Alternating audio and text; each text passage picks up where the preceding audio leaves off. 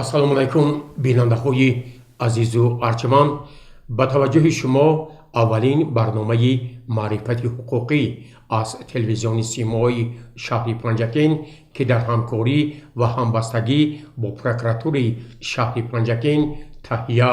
ва манзур мешавад. ба ҳамагон маълум аст ки санаи 28 декабри соли 2023 асосгузори сулҳу ваҳдати миллӣ, пешвои миллат, президенти ҷумҳурии Тоҷикистон муҳтарам Эмомалӣ Раҳмон паёми навбатии хишро ба Маҷлиси Олии Ҷумҳурии Тоҷикистон ироа намуданд ва таъкид карданд ки соли 2024 ба қабули аввалин Конститутсияи Ҷумҳурии Тоҷикистон дар даврони соҳибистиқлолӣ ки аз тариқи райпурсии умуми халқӣ қабул шуда буд 30 сол пур мешавад ва бо ин мақсад пешвои миллат пешниҳод карданд ки соли 2024 соли маърифати ҳуқуқӣ эълон карда шавад. хушбахтона бо иқдоми прокуратури шаҳри Панҷакен ҳар ҳафта бо иштироки намояндагони прокуратури шаҳри Панҷакен, мақомоти давлатӣ, ҳифзи ҳуқуқ, корхонаи муассисаҳо дар барномаи маърифати ҳуқуқӣ мо асосан паҳлӯҳои гуногуни баландбардоштани маърифати аҳли ҷомеа ва ҳамзамон ба саволу дархостҳое ки ҳам аз тарафи шаҳрвандон ва ҳам аз тарафи таҳиягарон матраҳ мешавад, ҷавобҳои мушаххасро интизор хоҳем шуд. дар барномаи имрӯзаи мо ёрдамчии прокурори шаҳри Панҷакен Ҳакимов Сомон ва мудири шӯъбаи маорифи шаҳри Панҷакен Мақсадулло Қосимов ҳузур доранд. ман ҳардуи шуморо ба ин барнома хайрамақдам мегуфтам. муҳтарам Сомон Ҳакимов, лутфан мегуфтед ки бахшида ба 30-солагӣ қабули Конститутсияи Ҷумҳурии Тоҷикистон ва эълон гардидани соли 2024 ҳамчун соли маърифати ҳуқуқӣ аз тарафи прокуратураи шаҳри Панҷакен кадом тадбирҳои фарҳангӣ, иттилоотӣ ва маърифатӣ идома дорад? дар ҳама давру замон осос ва омили пешрафти ҷомеаи мутамаддин ин пеш аз ҳама доштани конститутсия ва инчунин баланд бардоштани маърифати ҳуқуқии аҳолӣ дониста мешавад. баъди ин хотир баъди ин васила борои баланд бардоштани маърифати ҳуқуқии аҳолӣ ва пеш аз ҳама дар асоси пешниҳоди асосгузори сулҳу ваҳдати миллӣ, пешвои миллат, президенти ҷумҳурии Тоҷикистон муҳтарам Эмомалӣ Раҳмон санаи 28 декабри соли 2023 бо дар паёми пешвои муаззами миллат соли 2024 ҳамчун соли маърифати ҳуқуқӣ эълон гардааст. мақсад ва ҳадаф асоси эълон кардани соли 2024 ҳамчун соли маърифати ҳуқуқӣ ин аз баланд бардоштани маърифати ҳуқуқии аҳолӣ баъди ин васила пешгирӣ намудани сатҳи ҷинояткорӣ аз ҷониби сокинони ҷумҳурӣ дониста мешавад. ин аз он шаҳодат медиҳад ки худ Тоҷикистон давлати ҳуқуқбунёд буда ҳадафи аслии давлат ва ҳукумати мамлакат ин пеш аз ҳама таъмини ҳаматарафаи ҳуқуқи шаҳрвандон бунёди ҷомеаи қонунгузор мебошад. бояд гуфт ки эълони ин сол давоми мантиқии сиёсати давлату ҳукумат барои рушди давлати мустақили миллӣ, пешравии тамоми ҷанбаҳои ҳаёти мардуми ҷумҳурӣ ва таҳкими пояҳои устувори ҷомеа ва давлат ба шумор меравад. барои ҳамин амалӣ намудани дастуру супориши президенти ҷумҳурӣ мо бояд маърифати ҳуқуқии аҳолиро ҳаматарафа баланд бардорем. танҳо дониши хуб, маърифати баланди ҳуқуқӣ метавонад пеши роҳи ҳар гуна хурофоту таассуби динӣ ва амалҳои зишту нописандро пешгирӣ намояд. ҳамзамон дар соли 2024 бевосита мо ҷашн мегирем рӯзи 30-солагии қабули Конститутсияи Ҷумҳурии Тоҷикистонро. Конститутсия худ яке аз ҳуҷҷати тақдирсоз, расмӣ ва ҳамчунин асосии ҳар як давлати соҳибистиқлолу мутамаддин дониста мешавад. мақсади таҷлили 30-солагии ҷашни қабули Конститутсияи Ҷумҳурии Тоҷикистон аз тарафи прокуратураи шаҳр нақшачорабиниҳо тасдиқ гардида ва марҳила ба марҳила мавриди иҷроиш қарор дорад. пеш аз ҳама бо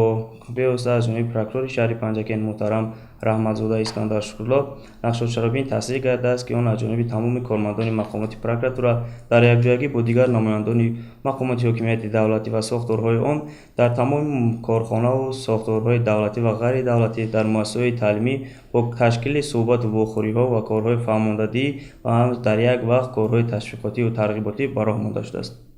шӯъбаи маориф як аз шӯъбаҳои афзалиянок ҳам дар сиёсати имрӯзии давлату ҳукумат аст ва як маркази илму маърифати ҷомеа ҳаст. аз тарафи шӯъбаи маориф در سمت تطبیق پیشنهاد پیشوای معظم ملت استقبال سزاوار سیمین سالگرد قبول کنستیتوسیا و اعلام شدن سال 2024 سال معرفت حقوقی کدام چاره‌بینی ها جریان دارند؟ تشکر استاد. بخشیده به تشکیلیابی سال 2024 سال معرفتی حقوقی از طرف دستگاه شعبه معارف از طرف تمام مؤسسات تعلیمی که ساحه معارف شهر پنجگین یکی از ساحه‌های اصلی ناک به شما میرد، در تمام مؤسسات تعلیمی واخوری‌ها، ترغیبات و تشویقات‌ها و کارهای فهماندهی از جانب کارمندان شعبه معارف و نمایندگان مقامات اجرایی محلی حکومت دولتی شهر پنجگین و دیگر ساختارهای قدرتی گذرانده شدند. اینچنین بغیر از این در تمام مؤسسات تعلیمی ریت‌های مشترک از با یکجایگی کارمندان پرکراتوری شهر پنجگین و دیگر ساختارها با نمایندگان مقامات محلی حکومت دولتی شهر پنجگین به راه مانده شدند که این من فکر میکنم برای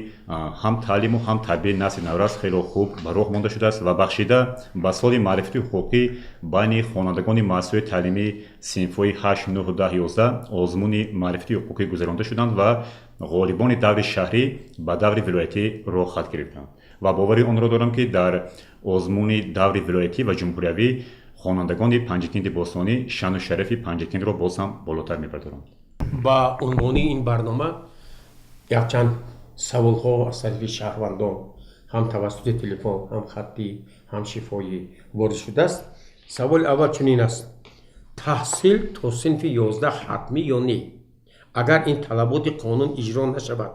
کدام چاره‌ها پیش بینی شده است؟ این جزاها برای خدمتچیان دولتی و شهروندان عادی چطور مقرر شده است؟ طبق طلبات ماده 164 کد جنایت جمهوری تاجیکستان برای مانع شدن برای گرفتن تحصیلات میانه عمومی و جوابگری جنایتی مقرر کرده شده است تا با قبول نمودن تحریر نوی قانون جمهوری تاجیکستان درباره مسئولیت برای تعلیم و تربیت کودک به واسطه تحصیل در مؤسسات تعلیمی حدود جمهوری تاجیکستان تا صنف 9 مقرر کرده بود. بعد از وارد نمودن تغییر لایحه آخرین در حدود جمهوری تاجیکستان تحصیل میانه عمومی یعنی تا صنف 11 حتمی گردانده شد. در حالت رعایت نمودن چنین طلبات برای نسبت پدر و مادر یا شخصان دیگر که به هر طرز برای گرفتن تحصیلات میانه عمومی مانع میشوند جوابگری جنایتی طبق طلبات ماده 164 پیش بینی کرده است. مطابق ماده مذکور جوابگری برای صادر نمودن جنایت مذکور با جریمه به اندازه از 1000 تا 1200 نشان دهنده برای حساب برابر از 72000 سومانی تا 86400 سومانی مقرر کرده میشد. در یک مورد این کارهای حتمی به مهلت از 180 تا 240 ساعت یا با محروم ساختن از عضوی به مهلت تا 2 سال جزا تعیین گردانده شده است. خب وابسته به همین مسئله یک سوال دیگر است. برای دخترانی که صنف 9 را ختم کرده تیز اویله‌دار میشوند جزا داده میشود؟ در این حالت سرور مکتب و یا والدان گناهکار دانسته میشوند. در برابر این نسبت دخترانی که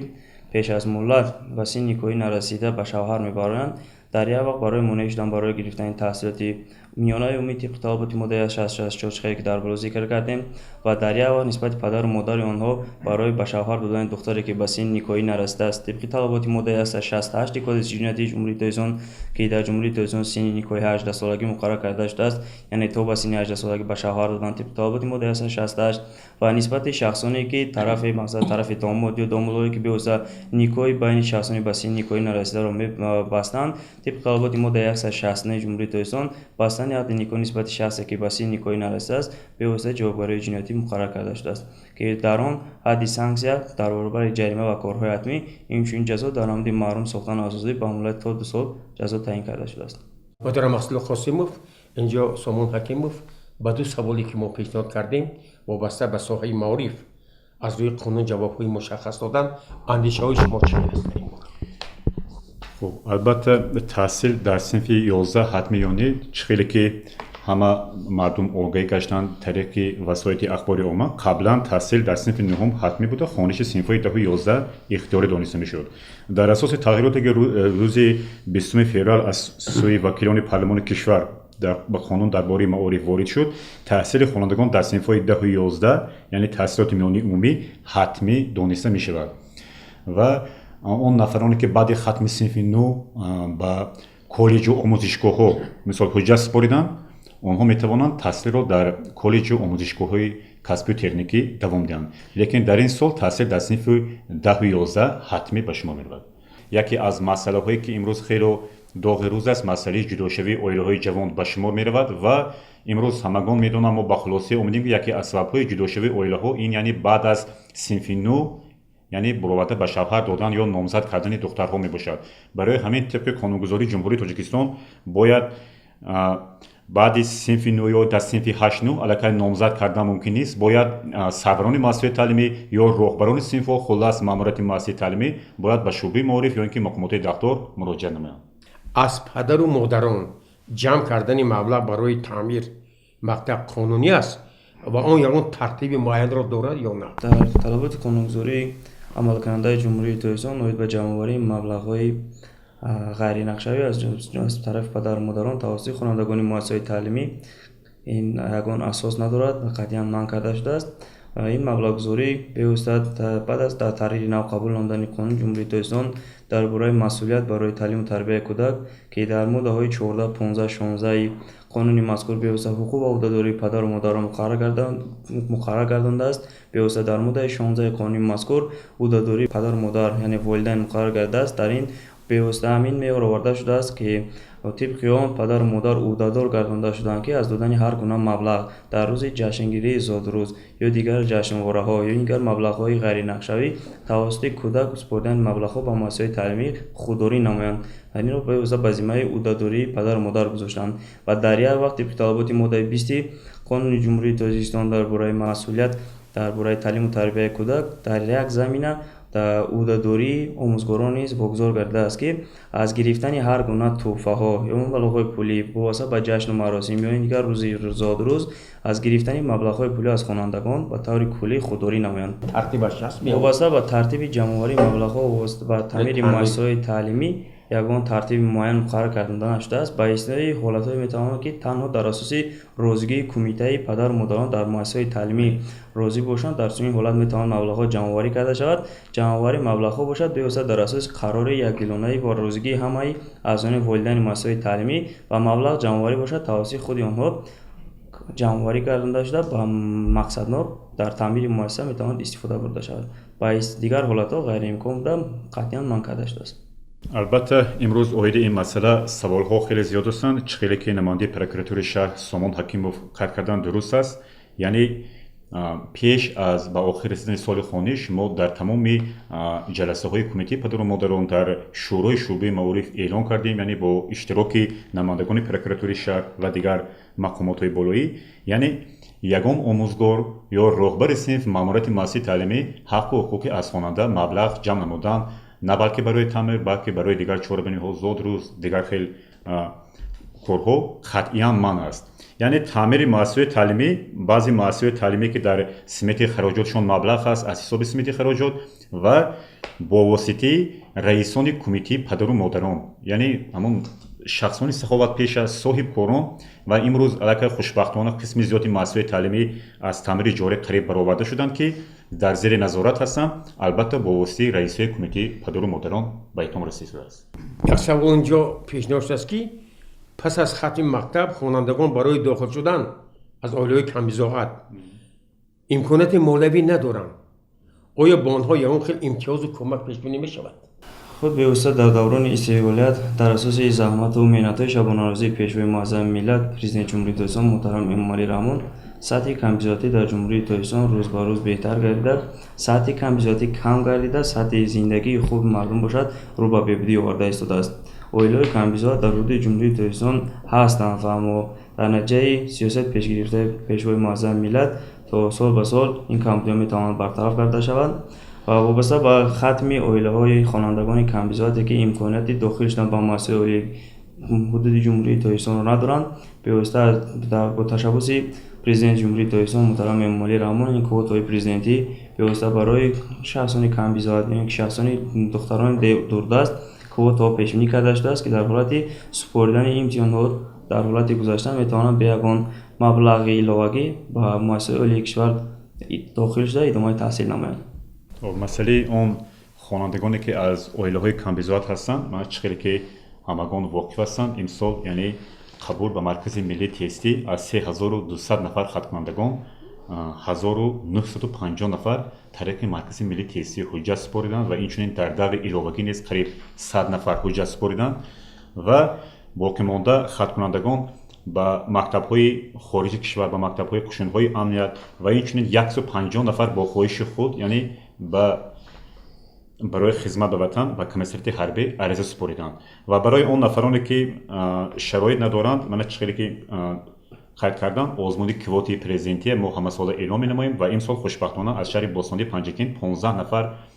با آزمودی کواتی پرزیدنتی یعنی روخت گرفتن علاقه سزاوار نام دانشجویی رو صاحب گشتن و برای دختران جماعت دهات دوردست برای نفرانی که مثال شرایط خوب ندارند ما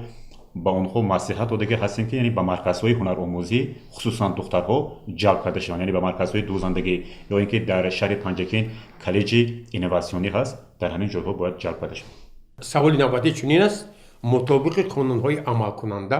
برای خوانندگان استفاده تلفن‌های موبیلی در مسائل تعلیمی منع شده است،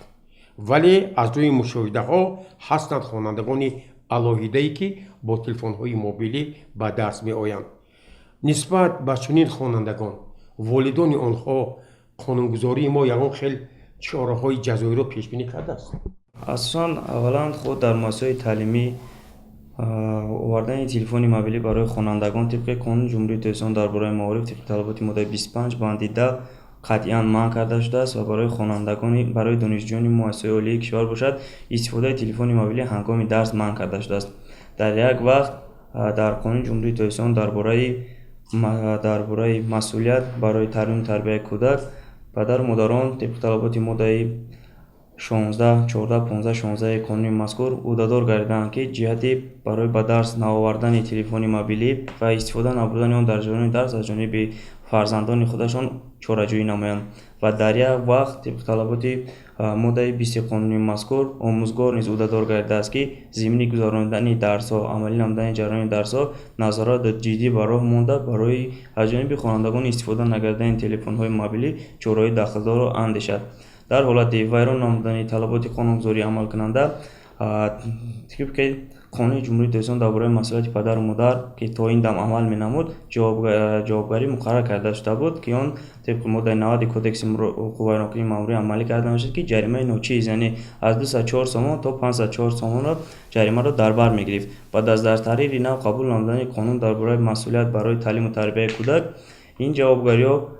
به طور کلی و وزنی‌تر گردانده شده که ماده 90 کدکس حقوق ویرانکنی مأموری جمهوری اسلامی عبارت از یک قسم بود. در این حال بعد از تحریر نو و وارد نمودن تغییرات و قانونگذاری عمل کننده عبارت از 5 قسم گردید. جریمه چخیلی که در بالا قید نمودیم از 204 سومن تا 504 سومن را در بر می‌گرفت. در این حال جریمه برای آوردن تلفن موبیلی یا اینکه رعایت نکردن ترتیب داخل در مؤسسه تعلیمی با خود آوردن مواد نشه‌دار یا اینکه مواد اسپریتی و همچنین جنگ و استفاده زورآوری نسبت نابالغ یا اینکه از جانب نابالغ استفاده نمودن زورآوری دیگر نسبت دیگران مشغول شدن به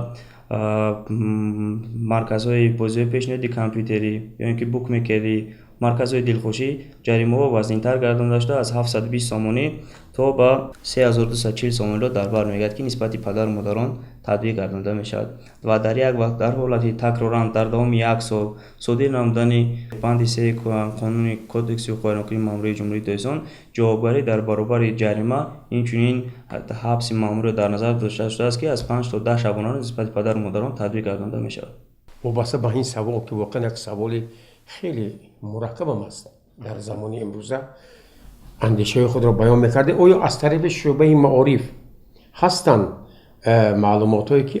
در کدام مکتب‌ها خوانندگان را آشکار کردند که با تلفن‌های موبیلی به دست می‌آیند؟ خیلی که در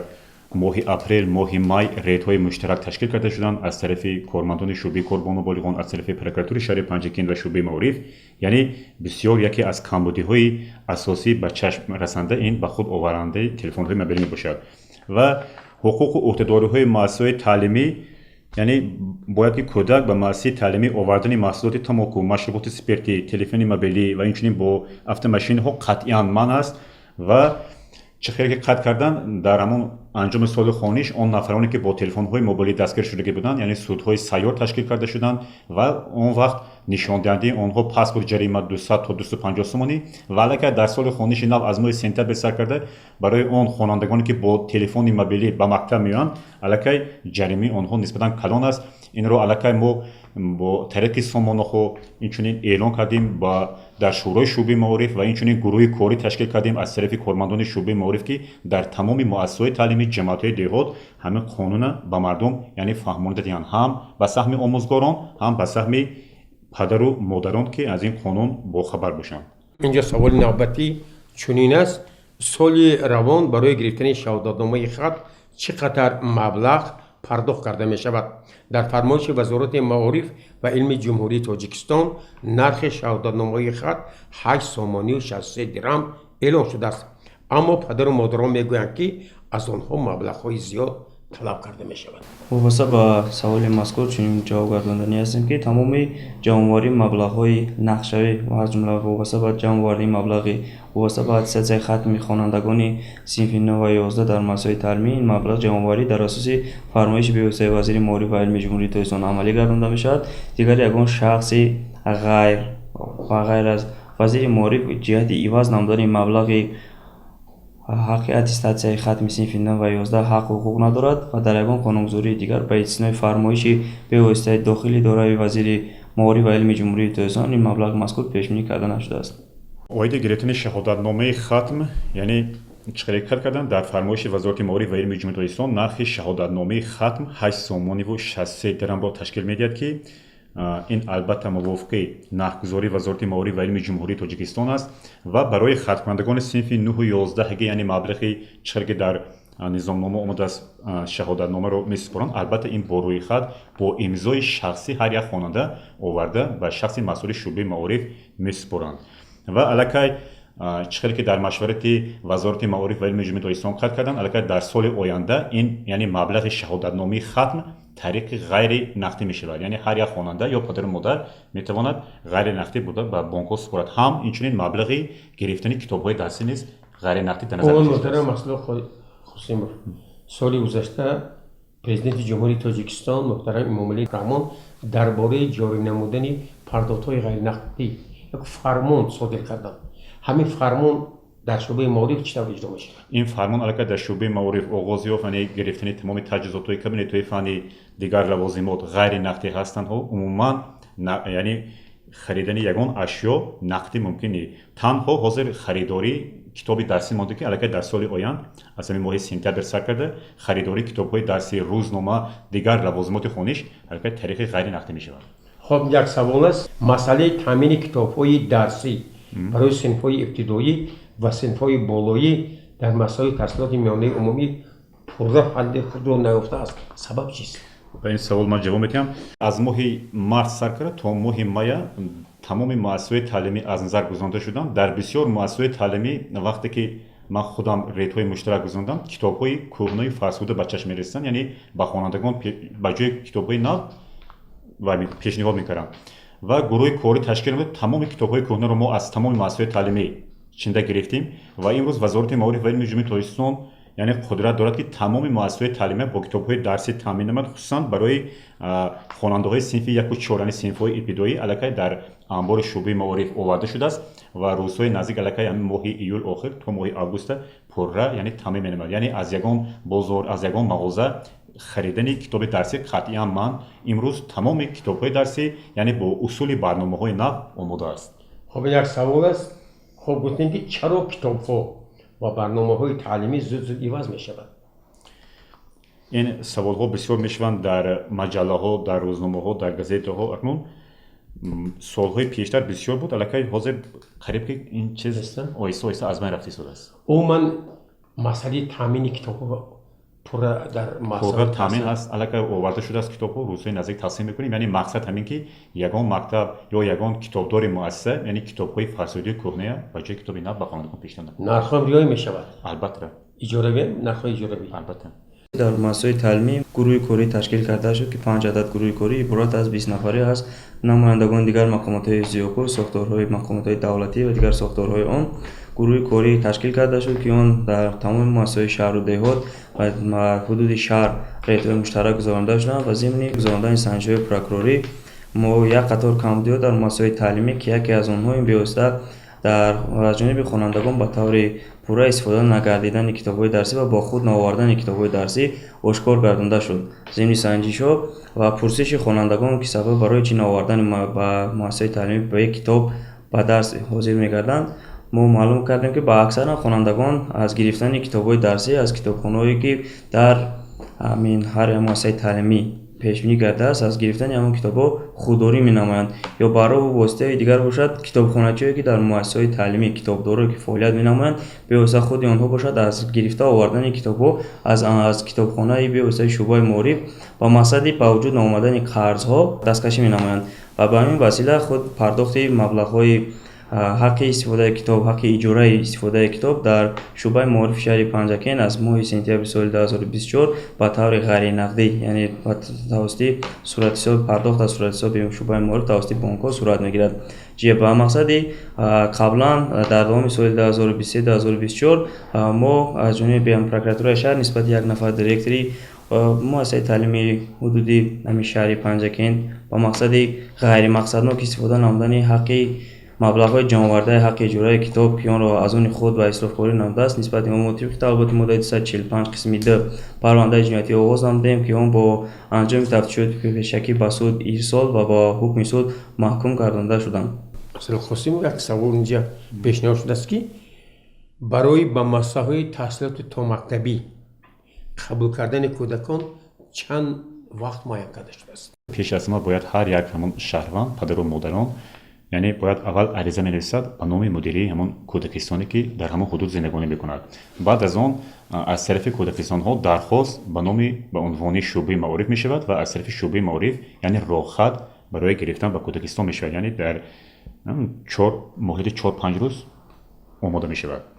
ва ҳаминҷа аз ин фурсат масъалаи ҳамин китоба бо як навгонӣ кардем ки аллакай дар соли оянд ҳозир мо эълон кардагӣ ҳастем. Яке аз сабабҳое ки мана чӣ хеле ки дар райтҳои муштарак худи кормандони прокуратура муайян карданд, хонандагон ба муассисаҳои таълимӣ бо китобҳои дарсӣ ҳозир намешаванд. Ина бояд ба саҳми тамоми падару модарон, тарбиятгирандагон расонем. Яъне бисёр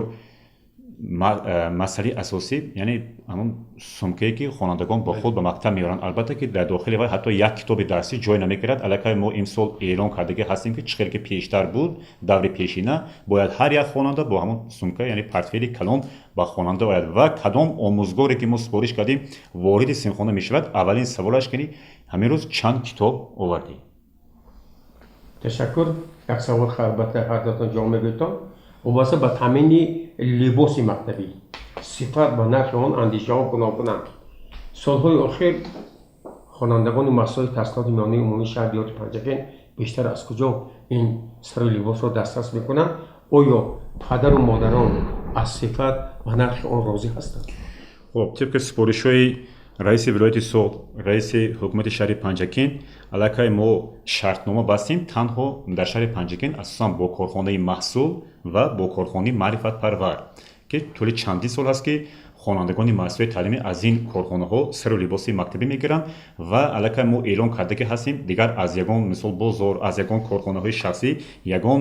яъне маъмурияти муассиса харидорӣ намекунад. Аллакай мо нақша чорабинӣ ташкил кардем дар ҷамъиятҳои деҳот, рӯзҳои наздик, яъне ярмарки сару либоси мактабӣ ба роҳ монда шудааст ва аллакай худи падару модарон шоҳиди он гаштанд ки яъне корхонаи маҳсул ҳаст дар шаҳри Панҷакен, корхонаи маърифатпарвар хело сифати хуб дорад ва падару модарон розӣ ҳастанд ва ман боварӣ дорам ки ҳама якҷоя аз ин корхона харидорӣ мекунанд, яъне тамоми ҳамон рангу сифату ҳамаш ба талабот ҷавобгӯ мебошад. як савол баъзе массаҳои таълимӣ мегӯянд худсарона рангро иваз мекунанд. ин барои падару модарон ки қаблан либос гирифтанд хеле арзишаш зиёд мешавад. ин чӣ масъала? солҳои пештар ҳамин хел ба чашм мерасанд. Аллакай мо ҳар як директор яъне дастхат гирифтагӣ ҳастем, яъне намояндиш нозирои шӯъбаи маориф аллакай назорат мекунанд. тибқи ҳамон қонунгузорӣ мувофиқи миқдори хонандаҳош шартнома бастагӣ ҳастем. бояд ҳар як ҳамон муассисаи таълимӣ аз ҳамон корхонае ки ба вай عهدهدار است از همان چه سر لباس مکتبی. یعنی دستورالعمل هست از وزارت معارف و علم البته. که های مسائل تحصیل چه رنگ داشته باشه. البته کتاب‌های دستورالعملی هست ما تصمیم کرده دادیم، یعنی برای دخترها چه خیل، برای پسرها چه خیل، یعنی پسرهای صنف بالایی، صنف پایانی. این چنین در این سال ما تشکیل کردیم برای تمام آموزگاران، معلم و معلمان نیز سر و لباس یگانه مکتبی برای مانده شود. یعنی خودسرانه عوض کردن من است. من است. طبق طلبات قانونگذاری در ساحه معارف و از جمله قانون جمهوری تهران درباره معارف و قانون جمهوری تهران درباره مسئولیت درباره تعلیم و تربیت کودک پیوسته رعایت سر و لباس از جانب خوانندگان همچون عهدهداری پدر و مادر و نظارت برای رعایت سر و لباس نسبت آموزگاران یکی از عهدهداری حتمی و اساسی در قانونی بعد از تحریر نو قبول گردیده همچون عهدهداری اساسی پیش بینی کرده شده است. خود با برنامه سر لباس یگانه مکتبی در همه مؤسسات تعلیمی حدود شهر و حدود جمهوری فکر میکنم جهت‌های خوب را بیشتر در خود دارست، زیرا خوانندگانی هستند که با خراجات کلان با از بازارهای مرکزی شهر و ناحیه و حدود جمهوری رفته سر لباس با ارزش‌های گران خریداری می‌نمایند، اما دیگر هم سبقان آنها هستند که در مؤسسات تعلیمی امکاناتی با آنها برابر شده و خریداری کردن چنین شیم و کاستیم‌های با نرخ‌های گران ارزش را ندارند. از این جهت خوب میشد که جهت رعایت سر لباس و در هر مرکزی که به واسطه در حدود هم شهر پنجکین تشکیل کرده میشد پدر و مادران رفته از اونجا خریداری نموده قانونگذاری به واسطه جهتی با منفعت بودجه خود ولایت تاثیر منفی نرساندن میتونن اون با طور ارزانتر یعنی با مبلغ ارزانتر و صفت خوب خریداری نمایند. تشکر. همه اون سوال‌هایی که با برنامه پیشنهاد شد به آخر رسیدن در خاتمه چه اندیشه و پیشنهادها دارید به بیننده‌های این برنامه؟ امسال به واسطه از جانب پرزیدنت جمهوری تهران محترم امالی رحمان خود سال معرفتی حقوقی اعلام کرده است. به واسطه به خوانندگان پیشنهاد می‌نمایم که بیشتر به جلب خواندن با کتاب‌های ادبیات‌های علمی و دیگر ادبیات‌های حقوقی مشغول گردند چه و پدر و مادران باشند. در این برابر باید با کارمندان مؤسسات تعلیمی آموزگاران در واقع همکاری را به طور جدی براه مانده برای از جانب خوانندگان و از خود نمودن برنامه تعلیمی در طی بین‌المللی مساعدت نمایند. این در قانونی مذکور به واسطه یک چند معیارهای نو اضافه کرده شده است که طبق آن پدر و مادران عهده‌دارند که در رابطه مشترک را با والدین در یک جای عملی نمایند و مسئولین مؤسسات تعلیمی نیز عهده‌دار گردیدند که جهت تشکیل نمودن روزی پدر و مادران در مؤسسات تعلیمی شوراهای داخلدار اندیشند و ضمناً مناسبت والدین با آموزگار و مؤسسه رابطه را در بین والدین و آموزگار به طور جدی براه مانند. همین برنامه‌ای که ما تهیه کردیم و دیگر سخن‌ها هم اشتراک می‌کنند چه اهمیت دارد برای بلند برداشتن معرفت حقوقی شهروندان؟ البته این برنامه بسیار اهمیت خوب دارد و خواهانم که در آینده یعنی باز نمایندگان دیگر ساختار و تشکیلات نیز اشتراک نمایند و امروز چخیلی که ما شاهد آن میباشیم تمام خواننده‌های مؤسسات تعلیمی در عرفه تعطیل تابستان قرار دارند و از این فرصت از تمام پدر و مادران دعوت به عمل می‌آورم که یعنی از بالای فرزندان خود نظارت را جدی براه مانند و با بیهوده‌گردی با کارهای بیهوده مشغول نشوند فرزندان و ما الکی در لاگر نزد شعبه معارف لاگر چلرچه برای استراحت خوانندگان را جمع نمودیم. اینچنین در لاگر عقابچی شهر خوجند نیز خوانندگان سفربر کرده شدند و باید برای در جایهای خفناک آوازی نمودن نظارت نمایند پدر و مادران و چیزی که کار کردن البته در سال آینده یعنی قانون یعنی عوض شد باید همه طرفه رابطه پدر و مادر و مؤسسه تعلیمی خوب براه مانده شود و چیزی که پیشوای مؤسسه ملت تاکید می‌نمایند باید هر یک شهروند چه خواننده مؤسسه تعلیم است چه آموزگار است چه پدر و مادر است هوشیاری و زیرکی سیاسی خود را از دست ندهد. بیننده‌های عزیز و ارجمند من از نام همه شما و از نام تهیه‌گران برنامه معرفت حقوقی با سامان حکیمov یاردمچی پروکورور شهر پنجکین و با مقصد الله قاسمov مدیر شعبه معارف شهر پنجکین برای اشتراک در این برنامه پیشنهاد سوال‌ها شرح و ایضاح بعضی مسائل‌ها شرکت ورزیدن عرض سپاس میکنم و امید میکنم که در آینده نیز برنامه معرفت حقوقی برای مردم ما یک منفعت می‌آورد. کارمندان مقامات حفظ حقوق خصوصا پروکوراتور شهر پنجکین و دیگر ساخت‌ها در این برنامه اشتراک ورزیده پهلوهای گوناگون قانون‌های کشور را شرح و ایضاح می‌دهند و این برنامه در زمینه اعلام شدن سال 2024 سال معرفت حقوقی یک تکان خاصه خواهد شد. با ما بمانید، ارتباط کنید، سوال و درخواست‌های خویش را با کارمندان پروکراتوری شهر پنجکین و دیگر ساحه‌های شهر باستانی‌مان پیشنهاد نمایید. ما انتظاری سوال و درخواست، نامه‌ها و همکاری‌های شما میباشیم، زیرا سال معرفت حقوقی این سال رسیدن به قله‌های بلند قانون شناسی میباشد. سلامت و سربلند باشید. تشکر.